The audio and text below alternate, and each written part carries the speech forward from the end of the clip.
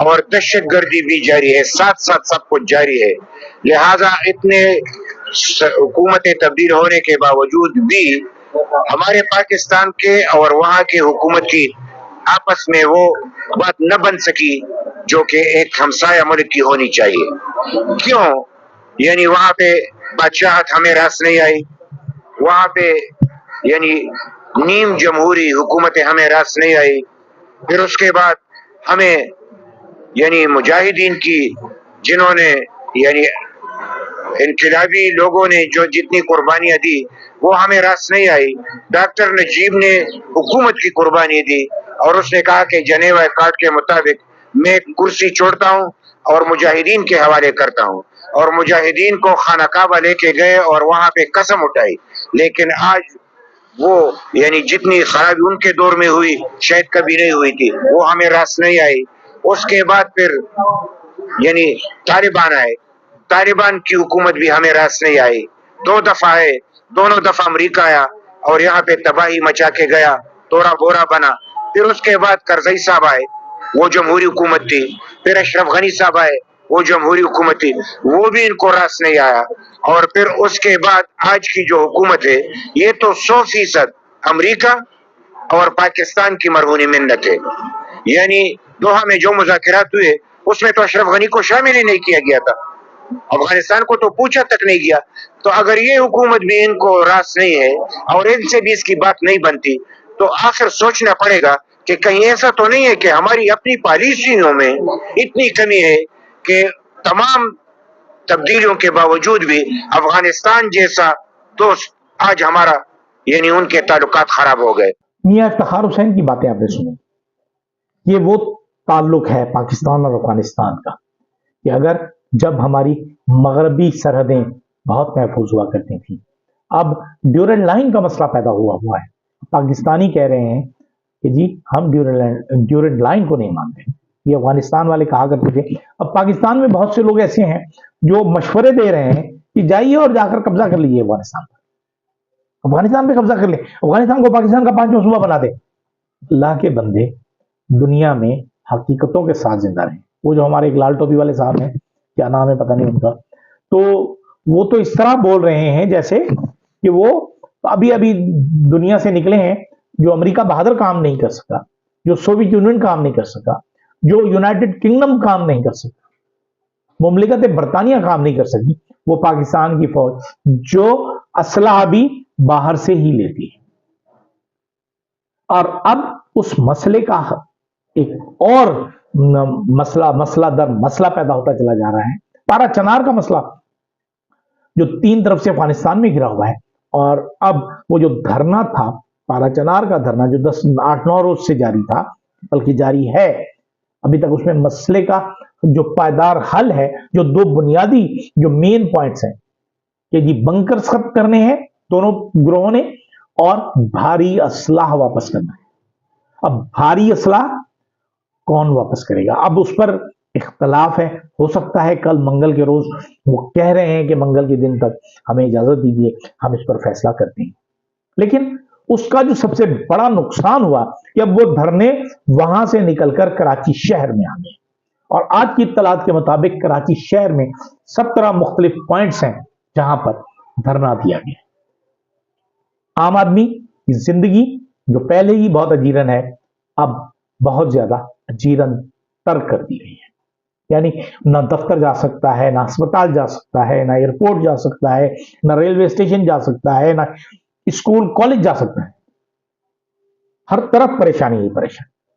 دوسری طرف حکومت کی منافقت اور دوغلی پالیسی کہ اگر 17 جگہوں پر دھرنے دیے ہوئے ہیں تو آپ اپنے کمشنر صاحب سے کہیے نا کہ دفعہ 144 نافذ کریں اور ختم کریں، معاملہ ہٹا دیں پیار محبت سے یا جیسے بھی.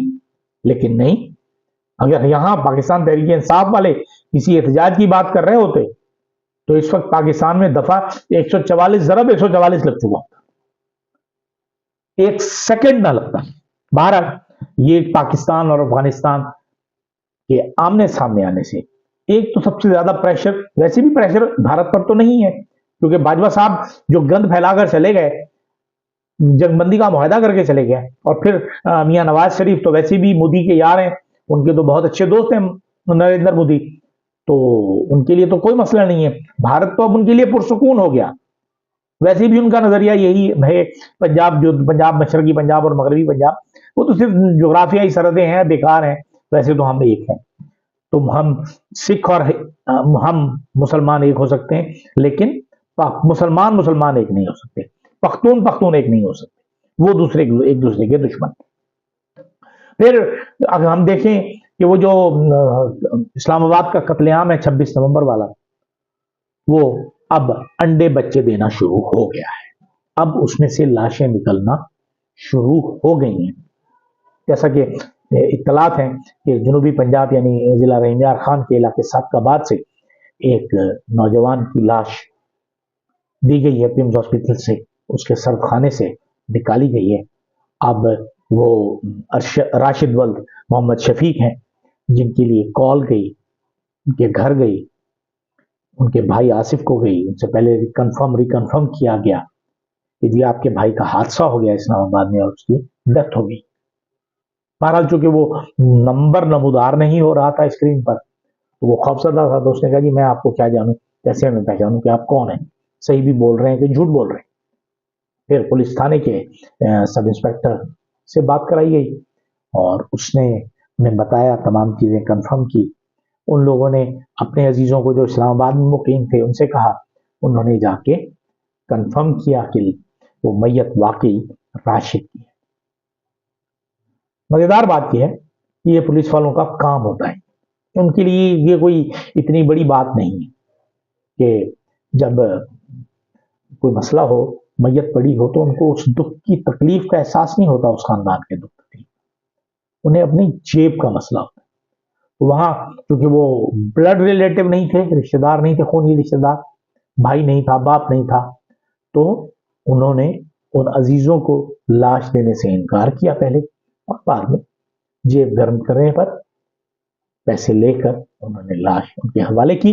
وہ لاش جب سابقہ بعد گئی، جب غسل دیا گیا، لاش کو دیکھا گیا، لاش کو ہاتھ لگا کر دیکھا گیا، تو پتہ چلا کہ وہ لاش تازہ لاش نہیں ہے بلکہ پرانی ہے، کئی روز یا کئی ہفتے پرانی ہے۔ پھر گولی کے نشان کا پتہ چلا، مطلب کہ 12 سے 13 اور 13 سے 14 شہداء ہو چکے ہیں۔ اب ایسی صورتحال میں آپ حکومت سے کیا امید کر سکتے ہیں اور عوام سے کیا امید رکھ سکتے ہیں کہ وہ آپ کی بات پر کتنا اعتماد کریں؟ اگر ہم یہ دیکھیں کہ پاکستان کے عوام اس وقت حکومت اور مقتدرہ ایک دوسرے کے بظاہر آمنے سامنے نہیں آ رہے، لیکن ان کے پوائنٹ آف ویو ایک دوسرے کے آمنے سامنے آ رہے۔ اگلے ہی روز جب ایک دعا کروائی گئی تھی، میاں شہباز شریف صاحب نے دعا کروائی تھی ہمارے جنرل آصف منیر صاحب سے ایک میٹنگ میں، جس میں ان کا خاندان تھا اور بہت قریبی لوگ تھے اور مسلح افواج کے لوگ تھے، وہاں انہوں نے نہ صرف آرمی چیف کا شکریہ ادا کیا بلکہ دعا بھی ان سے کروائی تھی۔ اس کے اگلے روز ہماری مریم نواز صاحبہ نے، جو وزیر اعلیٰ پنجاب ہے، انہوں نے اعلان کیا کہ پولیس کے پاس تو کوئی لائیو ویپن نہیں تھا، مطلب انہوں نے ذمہ داری، پہلے وزیر اعظم نے پھر وزیر اعلیٰ نے وہ ذمہ داری ڈال دی کسی تیسرے فریق پر۔ پولیس نہیں تھا، پولیس نہیں ہے، پولیس کے پاس کچھ نہیں تھا۔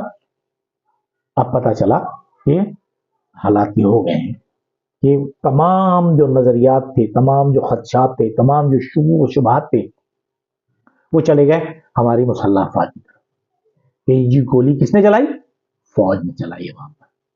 لیکن ہمارے جو D G I S P R ہیں وہ بیچارے سو رہے تھے، خواب خرگوش کے مزے لے رہے تھے۔ انہیں 1 مہینے کے بعد خیال آیا کہ ہمیں بھی یہ بتانا چاہیے کہ فوج کے پاس کوئی لائیو ویپن نہیں تھا، لیکن بہت دیر ہو چکی تھی۔ یہاں دیر آیت درست آیت نہیں تھا، دیر آیت غلط آیت تھا۔